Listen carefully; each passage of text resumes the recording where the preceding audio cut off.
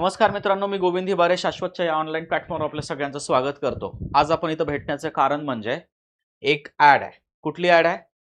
तर मुंबई नगरपाल शरीफ कार्यालयातील बिलीफ आणि लिपिकसाठीची। आता या पूर्ण व्हिडिओमध्ये आपण काय काय जाणून घेणार आहोत, किती शैक्षणिक पात्रता आहे, पेमेंट किती असेल, त्याच्यानंतर सिलेबस काय असेल, कधी फॉर्म भरायचा आहे, काय भरायचं आहे, कसं कसं जॉब कल्चर असेल, या सगळ्याबद्दलची माहिती आपण या व्हिडिओमध्ये घेणार आहोत। चला सुरू करूया ॲडमध्ये काय काय आहे। बरं, त्याच्या आधी खूप लोकांच्या मनात संभ्रम आहे की सरळ सेवेत ही परीक्षा आली आहे तर याच पद्धतीनं याचा अभ्यासक्रम आता सगळ्या सरळ सेवेला असाच राहील का? तर असं काही नाही। आयोगाने 2 दिवसापूर्वीच एक सर्क्युलर काढलाय, कालच सर्क्युलर काढलाय बेसिकली 19 तारखेला। तर त्याच्यामध्ये सांगितलंय आयोगाने की असं काही नाही, ही निरंतर प्रक्रिया आहे म्हणून। हे चेंजेस होत राहतील, या सिलेबसमध्ये चेंजेस होत राहतील प्रक्रियेनुसार। जसं जसं कमिटी त्यांची जे आहे बसवलेली कमिटी ते सजेशन देईल त्या पद्धतीने प्रक्रिया चालत राहील म्हणून। पण आता आपलं सगळ्यात महत्त्वाचं काम काय, तर ॲडचं पूर्ण भरणं, त्याचा ॲड भरणं म्हणजे त्याची काय भरणं, परीक्षेसाठी फॉर्म भरणं आणि त्यासोबत त्याची तयारीला सुरुवात करणं। ओके, बघा ॲड आहे 17 तारखेला आलेली, 17 जूनला आलेली, 7 जुलैपर्यंत तुम्हाला याचा फॉर्म भरायचा आहे। जेवढं लवकर भेटेल, जेवढं लवकर भराल तेवढा लवकर तुमचा फायदा असतो, बरोबर आहे। त्यानंतर जागा किती आहेत? 20च जागा आहेत। जागा किती सांगितल्यात? फक्त आणि फक्त 20च सांगितल्यात। आता जागा कमी आहेत म्हणून बेसिकली हे नाही करायचं की बाबा जागा कमी आहेत तर आता मी हे करू का नको, बरोबर आहे। जागा कमी आहेत तर भरू का नको याबद्दलचं बोलायचंच नाहीये। जागा कमी असल्या तरी भरायचं म्हणजे भरायचं, बरोबर। एक जागा असली तरी आपण फॉर्म भरायला मागे पुढे बघायचं नाही, कारण काय माहितीये का, कधी काय होईल हे सांगता येत नाही। एक जागेवर पण आपण लागू शकतो, या आशेनेच आपण सगळे असतो। जागा कमी असल्या तरी भरायला हरकत नाही, बरोबर। आफ्टर दॅट त्यानंतर जागेचं प्रमाण तर झालं, त्यानंतर वेगवेगळ्या अटी दिलेल्या आहेत दिव्यांगासाठी, वेगवेगळ्या याच्यांसाठी। आता याच्यातली सगळ्यात महत्त्वाची अट मला 4.7 ला आली आहे, बरोबर आहे। इथं जाणवली आहे, प्रस्तुत संवर्गाकरता ज्यांना ज्यांना कोण प्रगत व्यक्ती गटात मोडत नसल्याबाबत पडताळणी करण्याचा कालावधी विचारात घेण्यात येईल। प्रस्तुत संवर्गाकरता म्हणजे ज्यांना ज्यांना इन्कम सर्टिफिकेट लागणार आहे, income non creamy layer income certificate अशा गोष्टी लागणार आहेत, ते कधीचं पाहिजे? 26-27चं पाहिजे, बरोबर आहे। ज्यांच्याकडे 25-26चं असेल त्यांचं नाही चालणार, म्हणजे त्यांना अपडेट करणं गरजेचं आहे। 26-27 या आर्थिक वर्षाचे उत्पन्न उन्नत आणि प्रगत व्यक्तीवर मोडत नसल्यास प्रमाणपत्र सादर करणं गरजेचं आहे। नॉन क्रिमिलियर आणि उत्पन्नाचा दाखला ज्यांना ज्यांना जिथं जिथं जे जे अवेलेबल असतं कास्ट वाईज जे जे आहे त्यांनी ते 26-27चं काढायचं आहे। मुद्दा असा आहे की 26-27चं काढायचं आहे, बरोबर आहे। 25-26 असेल तर चालणार नाहीये, बरोबर। त्यानंतर आयोगाने त्या सगळ्या ॲड वगैरे दिलेल्या आहेत, ओके। त्याच्यानंतर सगळ्यात महत्त्वाची बाब जी आहे ती आहे वयोमर्यादाची, बरोबर आहे। वयोमर्यादाची आणि पात्रतेची, भारतीय नागरिक असावा, ओके। आता वेतन श्रेणी S6 चा स्लॅब आहे, S6 चा स्लॅब आहे, म्हणजे in hand salary near about 35 ते 40 हजारापर्यंत जाईल, बरोबर आहे। 35 ते 40 हजारापर्यंत जाईल। त्यानुसार जे मुंबई शरीफ कार्यालयाकडून जे बेनिफिट भेटणार आहेत, क्वार्टर्स वगैरे जे असणार आहेत ते पण असतीलच, जर अलोकेट झाले तर असतीलच, रिकामे असतील तर असणारच आहेत, बरोबर। त्यानुसार वयोमर्यादेनुसार 1 ऑक्टोबर 2026 रोजी तुमची वयोमर्यादा अशी असली पाहिजे। ओपनसाठी, अमागाससाठी आणि ओपनसाठी याच्यासाठी 43 जागा आहेत, 43 वयोमर्यादा आहे, सॉरी, बरोबर आहे। आणि यांच्यासाठी दिव्यांग मर्यादा 45 ची आहे, बरोबर आहे। त्यानुसार मग 3 वर्ष मागासवर्गीयांसाठी 3 वर्ष एक्सटेंड केलेलं आहे त्याच्यामध्ये, ओके। ही वयोमर्यादा, आता हे वयोमर्यादा आहे। त्याच्यानंतर शैक्षणिक अर्हता, संविधानिक विद्यापीठाची कोणत्याही शाखेतील पदवी, म्हणजे तुमचं काय लागेल? पदवी लागेल, आणि त्या समतुल्य म्हणून केलेलं डिग्री लागेल। बेसिकली कुठून जरी केलेली असेल त्याला महाराष्ट्र शासनाची काय लागेल? मान्यता लागलेली, मान्यता असलेली पदवी तुमची चालेल। त्याच्या व्यतिरिक्त काय म्हणतं? आंतरवासित किंवा कार्यशाळेतील प्रत्यक्ष कामाचा अनुभव।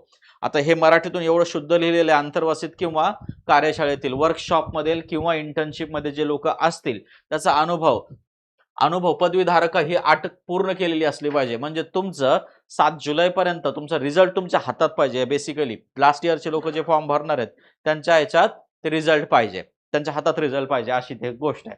मराठीचे ज्ञान असणं आवश्यक आहे, बरोबर। ते आता परीक्षेत पण त्यांनी हे केलेलं आहे।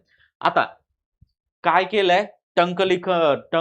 टंकलेखनाचा वेग 30 मिनिट प्रतिशब्द बरोबर 30 शब्द प्रति मिनिट किंवा इंग्रजी टंकलेखनाचा 40 ची स्पीड 30 ची स्पीड सांगितलेली आहे आणि कंपल्सरी सर्टिफिकेशन लागेल. कंपल्सरी सर्टिफिकेशन लागेल. त्याच्यानंतरच्या काही अटी दिलेल्या आहेत वेगवेगळ्या वर्षी हे झालेल्या, बरोबर आहे. आहार धारण करण्यातून तात्पुरती सूट कोणाला दिलेली आहे, काय दिलेली आहे याच्याबद्दलचं तुम्ही सगळ्या ह्या गोष्टी वाचून घ्यायच्यात. आता परीक्षेची सगळ्यात महत्त्वाचं काय, परीक्षेची योजना कशी आहे याच्याबद्दल सगळ्याला संभ्रम होता. सगळ्यांच्या गोष्टी आता ज्या परीक्षेसाठी दिलाय ना, आयोगाने कालच्या नोटिफिकेशन मध्ये हेच सांगितलंय की ज्या परीक्षेसाठी आम्ही जे सिलेबस डिक्लेअर करतो तसा अभ्यास करा. बरोबर आहे. तसं काही नाही की आम्ही वेगवेगळ्या त्यांच्या मनाने ते वेगवेगळ्या परीक्षेसाठी वेगवेगळा पण अभ्यासक्रम काय करू शकतात, डेव्हलप करू शकतात. तसं त्यांचं म्हणणंच आहे आता बेसिकली. सगळ्यांचं एक असेल का, ग्रुप सी साठी पण ते काल बोललेत. बरोबर आहे. आयोग बोललाय काल. बरं, परीक्षेचे टप्पे एकच टप्पा असेल म्हणून सांगतो, लेखी परीक्षा असेल म्हणून सांगताय. बरं, परीक्षेचे स्वरूप वस्तुनिष्ठ म्हणजे ऑब्जेक्टिव्ह टाईपच असणार आहे, लिहायचा नाहीये पेपर, ऑब्जेक्टिव्ह टाईप आहे. प्रश्नपत्रिका 2 आहेत. आता बघा प्रश्नपत्रिका 2 आहेत, जसं मेन्सचा पॅटर्न असतो त्या पद्धतीने प्रश्नपत्रिका आहेत. मग त्यामध्ये एकूण गुण किती आहेत, 400 आहेत. एकूण गुण किती सांगितलेत त्यांनी, तर 400 सांगितलेत. बरोबर आहे. प्रत्येकी 200 गुण असलेल्या 2 पत्रिका. ओके. आता लेखी परीक्षे काय स्वरूप सांगितलं, संकेतांक 1. पहिल्या याच्यामध्ये पेपरमध्ये मराठी आणि इंग्रजी होईल. मराठीची संख्या किती आहे, 50 आणि इंग्रजीची संख्या प्रश्न संख्या 50 आहे. गुण 100 आहेत, म्हणजे एक प्रश्न 2 मार्काला आहे. आता मराठीचं जी लेवल आहे त्यांनी ती 12वी ठेवलेली आहे. ते त्यांना ग्रॅज्युएशन लेवल ठेवलं नाही, 12वीच ठेवलेली. बिलीफ आणि लिपिकच्या जागा आहेत, ग्रुप सी च्या जागा आहेत म्हणून 12वी लेवल ठेवलेली आहे. पण इंग्रजीची पदवी लेवल ठेवलेली आहे. इंग्रजीची काय ठेवली आहे, पदवीची दर्जा ठेवलेला आहे. माध्यम दोघांचं पण इंग्रजी मराठी असेल, 1 तासाचा वेळ असेल आणि ऑब्जेक्टिव्ह टाईपच प्रश्न असतील, म्हणजे ग्रामर, व्होकॅब आणि हे पॅराग्राफ वगैरे असं काय सगळं. बरोबर, कॉम्प्रिहेन्शन या टाईप मधलाच पेपर असणार आहे. त्याच्यामध्ये काही वेगळं नाहीये. जसं एमपीएससीचे सहसा पेपर असतात, पेपर 1 जसा असतो त्याच टाईपचा असायला हवा. फक्त मराठी थोडंसं सोपं असेल. तिथं पण पदवी दोन्हीकडे पदवी असेल तर 12वी ठेवलेलं आहे. बरोबर. संकेतांक 2 सामान्य अध्ययन व बुद्धिमत्ता चाचणी 100 मार्काचा पेपर आहे. 100 प्रश्नाचा पेपर आहे, 200 मार्काचा पेपर आहे. 100 प्रश्न 200 मार्क याची हे जे आहे दर्जा जो आहे पदवी ठेवलेला आहे. मराठी व इंग्रजी दोन्ही भाषेत पेपर असणार आहे. म्हणजे एक प्रश्न मराठीत आणि त्याच्याच खाली त्याचं इंग्रजी भाषांतर अशा पद्धतीने असणार आहे. त्याच्यामुळे जो मेन्सचा पॅटर्न आहे त्याच पद्धतीने आहे, पण पदवी ठेवलेला आहे. बरोबर आहे.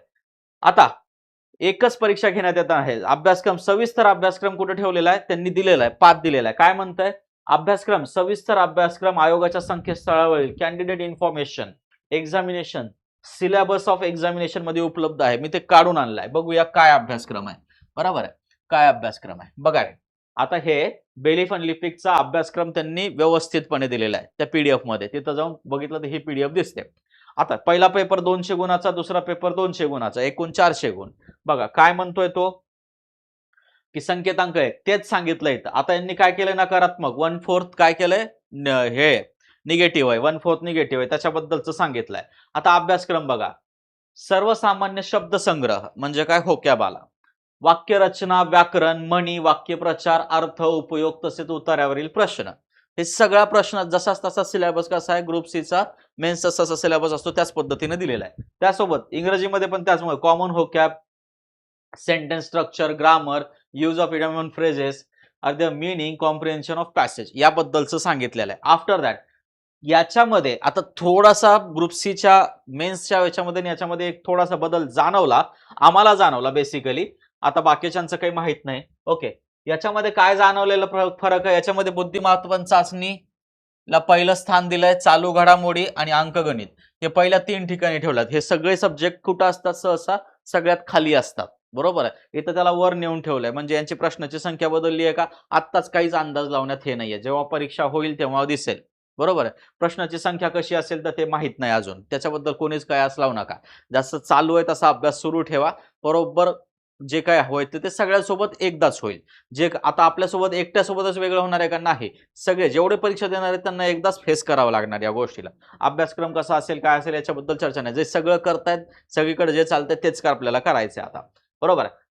फक्त याला खाली सब्जेक्ट होते हे सगळ्यात, त्याला वर नेऊन ठेवलंय. आता त्याच्यानंतर काय दिलंय, डिटेल सिलेबस देण्याचा प्रयत्न केला आयोगाने आणि दिला पण आहे. त्याच्याबद्दल आयोगाचे धन्यवाद मानायला पाहिजे. आधुनिक भारताचा, विशेषतः महाराष्ट्राचा इतिहास जे डिटेलमध्ये देतात मेन्स टाईप मध्ये, त्यामध्ये इथं डिटेलमध्ये सिलेबस दिलाय, पूर्ण डिटेलमध्ये दिलाय. हे होतं याचं काय होतं शेवटचं सिलेबस होतं त्याच्यामध्ये दिलेलं, त्या पाथवर दिलेलं. बर, मूल्यांकन कसे होईल काय होईल याच्याबद्दलचं पण त्यांनी सांगितलेलं आहे. मूल्यांकन कसे होईल, 1/4 होईल, त्याच्यानंतर तुम्हाला कसं काय करायचंय, जर परीक्षेमध्ये काही असेल तर तुम्हाला काय करता येईल, त्याच्याबद्दलचं पूर्णला पूर्ण नियमावली त्यांनी दिलेली आहे. ओके, आता विशेष करून काय, बर हे सगळं आता हे झालंय, आता याच्यात काही नाही राहिलं. जेवढं पाहिजे होतं तेवढी इन्फॉर्मेशन आपण आता दिलेली आहे. आता सगळ्यात महत्वाचं काय, फॉर्म कसा भरायचा, कधी भरायचा हे तुम्हाला माहिती आहे. एमपीएससीच्या साईटवर जाऊन फॉर्म भरायचा आहे, बरोबर. 7 तारखेपर्यंत भरणं गरजेचं आहे.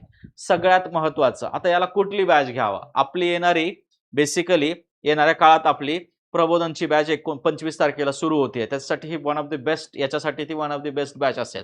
म्हणजे त्याच्यामध्ये प्री मेन्स सगळंच कव्हर केलं जातं कंबाईन लेव्हलचं प्रबोधनमध्ये. मग त्याच्यामध्ये हे पण आरामशीर कव्हर होईल, त्याच्यासाठी काही वेगळं तुम्हाला करावं लागणार नाही. क्लिअर आहे? ओके. असंच वेगवेगळ्या व्हिडिओमध्ये वेगवेगळ्या ऍड घेऊन आपण येत राहू, भेटत राहू. धन्यवाद.